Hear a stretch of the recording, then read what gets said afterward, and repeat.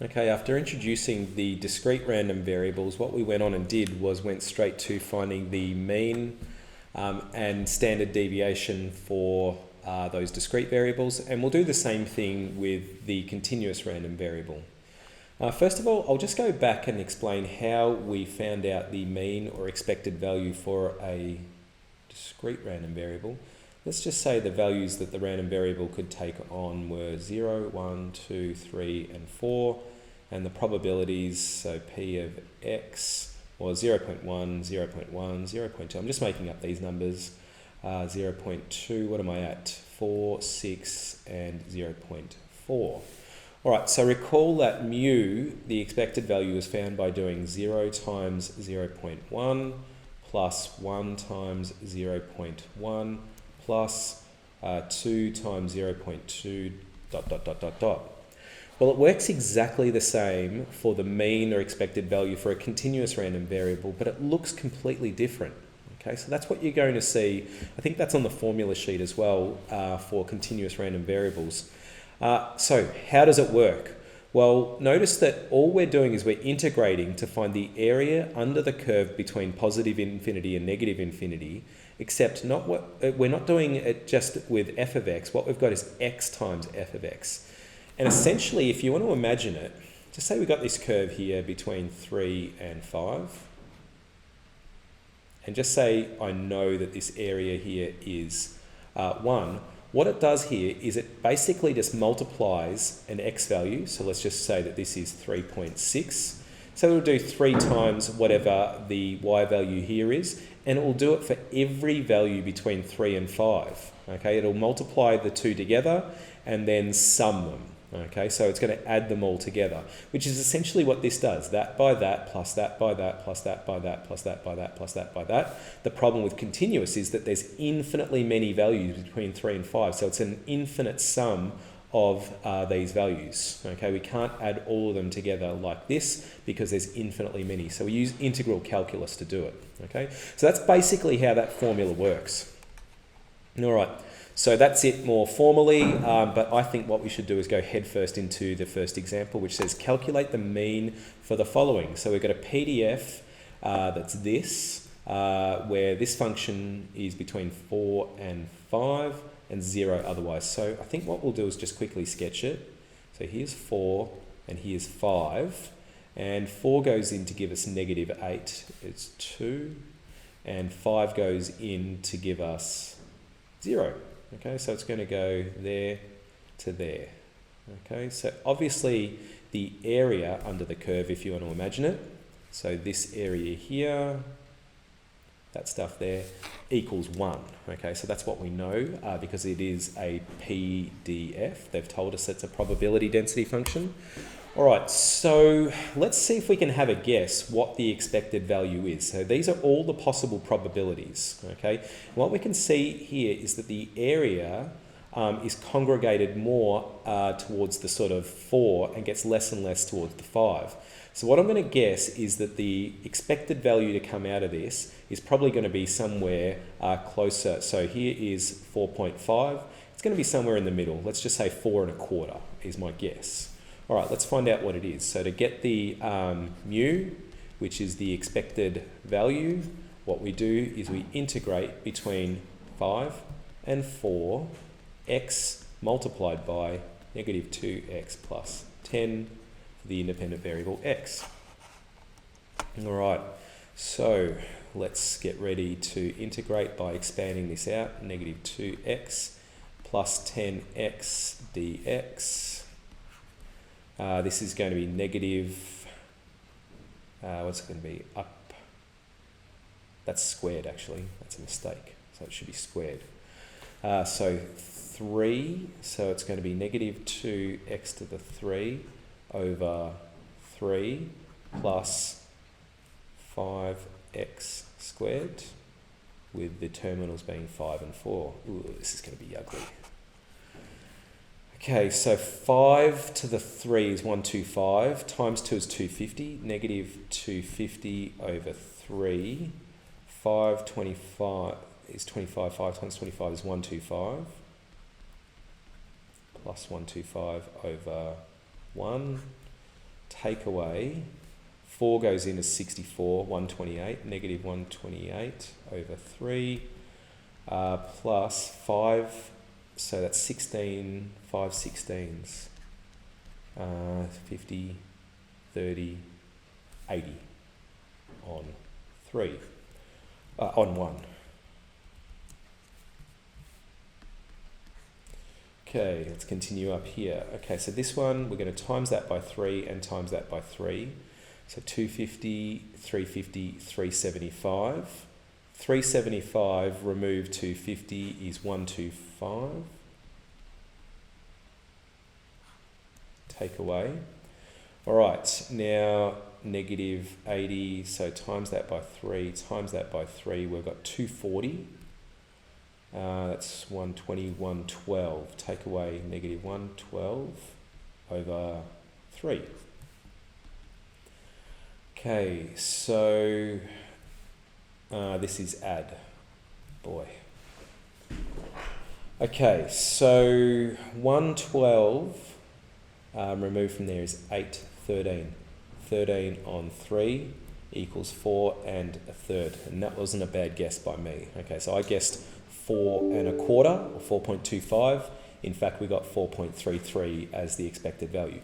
So I know that that is probably correct. Now, I'll show you how I knew that this had to be a negative. So I picked up my mistake very quickly, is that I would have got a value like remove. It would have been really small and it would have been negative. So it would have thrown out an expected value that was negative, and we know that it just can't do that. In fact, it wouldn't have been negative, would it? Subtract positive that, or subtract negative. It would have been a really big positive number, okay, or much bigger than 4.33 anyway. So I just knew that that was going to be a mistake. So you can pick up some of your mistakes by anticipating what your expected value is going to be. So let's conclude that mu is equal to 4 1/3 or 13 on 3 or 4.3 recurring, whatever you want. Okay.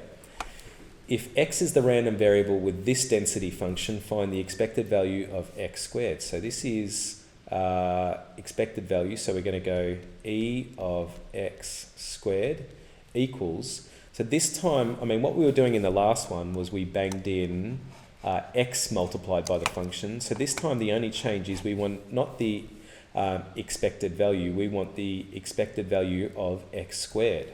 So we're going to integrate between 2 and 0, x squared times 0.5x dx. Okay, now just to kind of, because some of you might be thinking, why do you even need to know this? This is going to help us get our variance later on. So this is why we're doing this.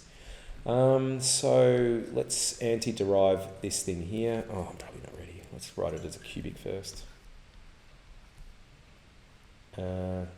0.5x cubed dx.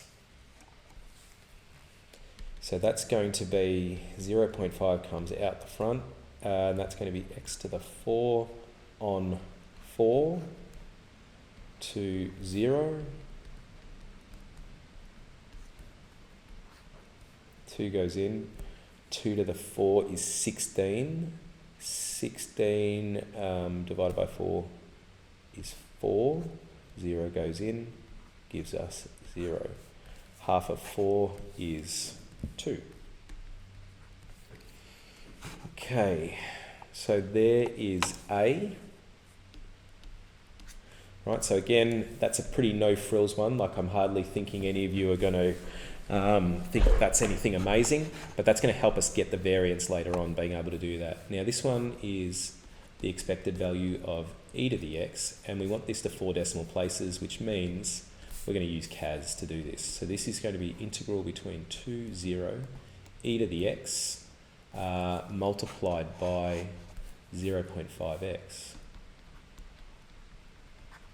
And the reason we're allowed to use CAS on this one is we'd have to reverse up the product rule, and we don't know how to do that in methods. I think that's integration by parts at uni. So let's just jump on the calculator here and work this out. Main, keyboard, 2, 0, shift e to the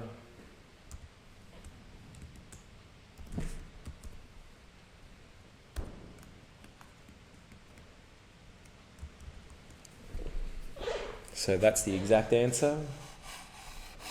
The approximation, 4 point.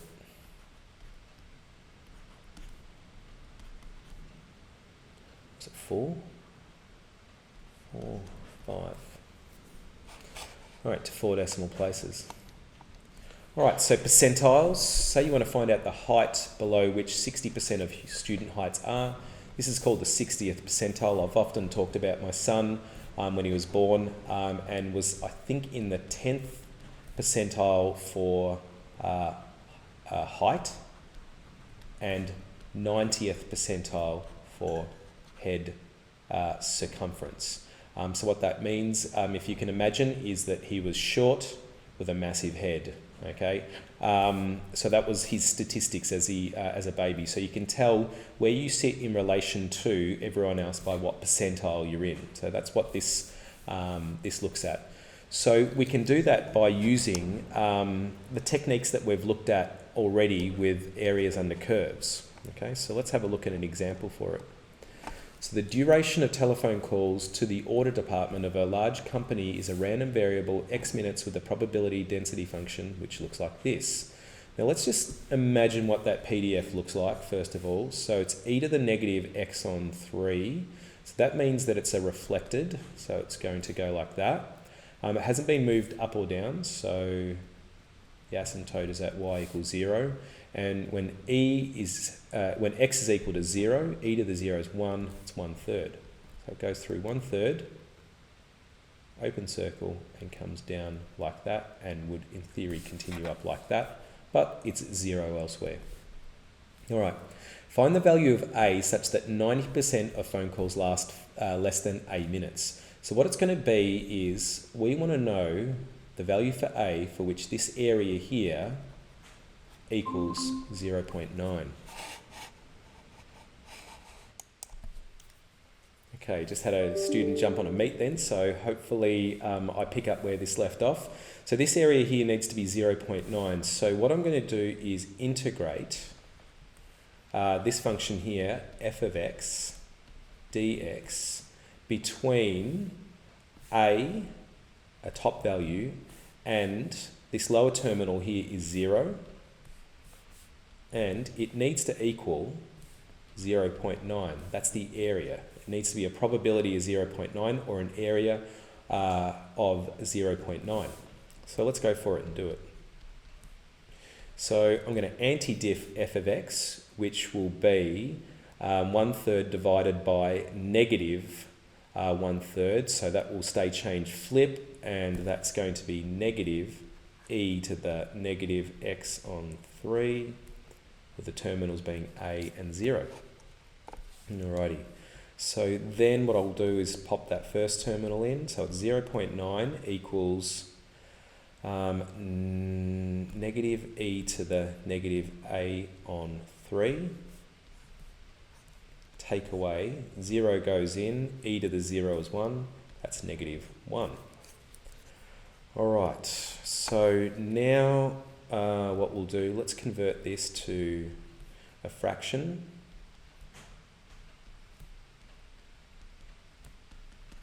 So I'm going to subtract 1 or subtract 10 on 10, which gives me negative 1/10 equals negative e to the negative a on 3. Drop my negative, so that's 1 on 10 equals e to the negative a on 3. Switch to log form. So I'm going to go over to here. Log e 1/10 equals negative a on 3. Multiply by 3. 3 log e 1 on 10 equals negative a. A is equal to negative 3 log e 1 on 10. Calc might do this. A equals, so 10 comes up to be 10 to the negative 1. Negative comes out at the front to be 3 log e 10. Alright, so that's the value of a that's going to make this happen. And you can really test this out. So I'm going to do that. I'm going to jam in this value here. So 3 ln 10 is my top value and 0 is my bottom value. my function is 1/3 times shift 4 e to the negative x on 3 dx. And I know for a fact that the answer here has to be 0.9. Hey, that's a good feeling. All right, now we can also find what's called the median. The median is the middle value. That is simply saying that when we do this or do what we just did, what we want is we want the 50th percentile. Okay, so all we would do is do the area under the curve. Here we let it be 0.9. For the median, we'd let it be 0.5. All right, so let's do a VCAR problem. In a chocolate factory, the material for making each chocolate is sent to one of two machines, machine A or machine B.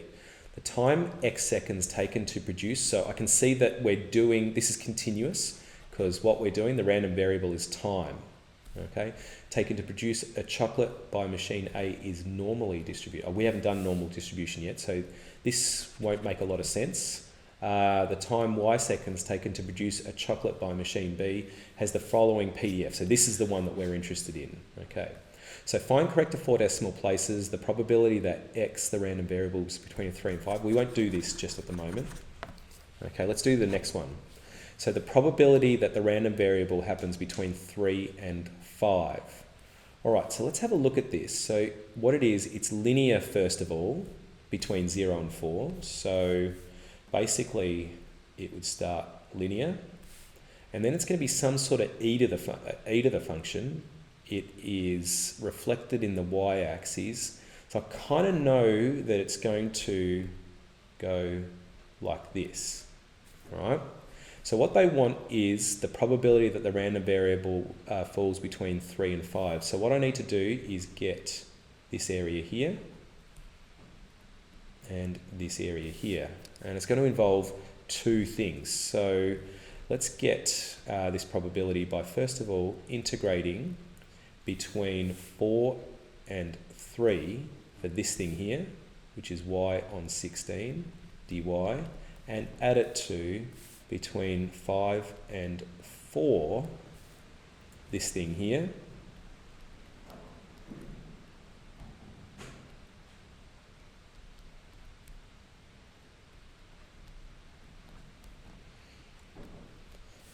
okay, so that's what I would do there.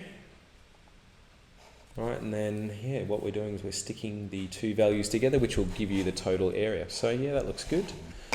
Okay, so we'll set up the integrals. So 4 and 3, x on 16 dx plus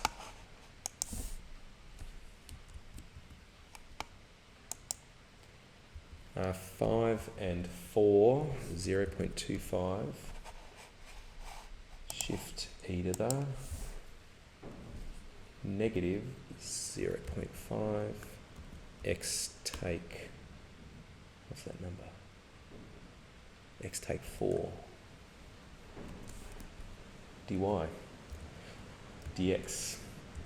All right, so this should be a value between 0 and 1. Okay, and they want it to 4 decimal places, so we can go decimal. Ooh, what's wrong with it? Okay, it's that. There it is.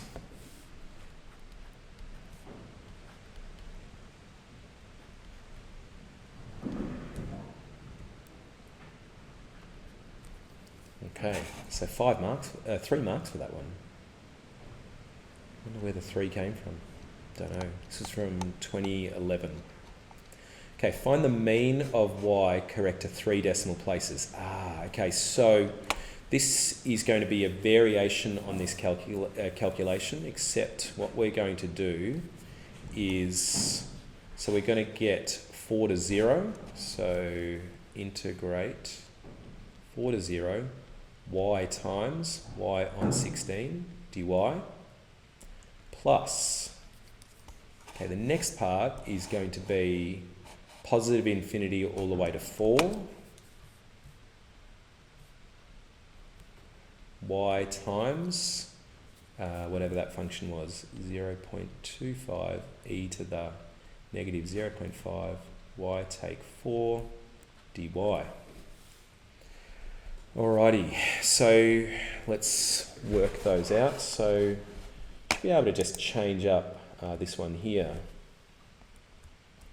So 4 and 0, and it's going to be x times all of this, which would have been fine anyway, x times all of that between positive infinity. Right. So again, if you have a look at this, try to predict what the expected value is here. I can sort of see that it's going to be somewhere, I'm predicting like 3.9 or something, 4 1/3. All right, so not bad though, pretty good prediction. So we'll go into 3 decimal places. So interestingly, 13 on 3 is the exact value, but they want that to 3 decimal places, therefore 4 point...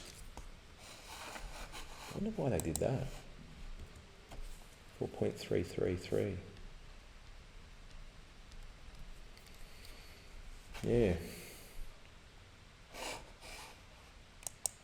Just got the examiner's report open here for that one. So first one was correct. Oh, that's a good sign. The second one, so what they say with the first one is that you can actually define these hybrid functions or these PDFs, and I reckon that's really good advice. Okay, so you look, I think the hybrid function mechanism is in Math 3. There it is there. So you could actually run a define f of x equals, define your hybrid function, and then instead of doing all this stuff here, you can just use the hybrid version of it. So students, how did they go in that one? So 3 marks came from roughly half of the cohort, but yeah, all that was required was to write, I wonder whether they wanted the probability statement first of all for 1 mark, and then I doubt it very much. Okay, so you go straight to the integrals to get your answer there, and maybe it's like 1 mark for one integral, 1 mark for second integral, and then another mark for the answer. Okay, all right, so on to 2b then. Again, so 4.333, correct to 3 decimal places. Some students gave the exact answer. Geez, you'd be hard pressed to mark that one down, wouldn't you? Anyway. Interestingly, others worked out each integral separately and did not add the 2 answers. Some found the mean of the 2. So what students thought to do this is that what you need to do is get that one and then average the 2 out. But all you do is you just stick them together. All right. So just some motivation. The textbook can only help you so much. Remember how I suggested to do past exam papers. Hopefully the above question will motivate you to do so. So I suppose, again, all there is to note about this is that these textbook questions you probably find okay. But yeah, VCAR questions just a whole different ball game. Yeah, tough one, that one. All right, good luck.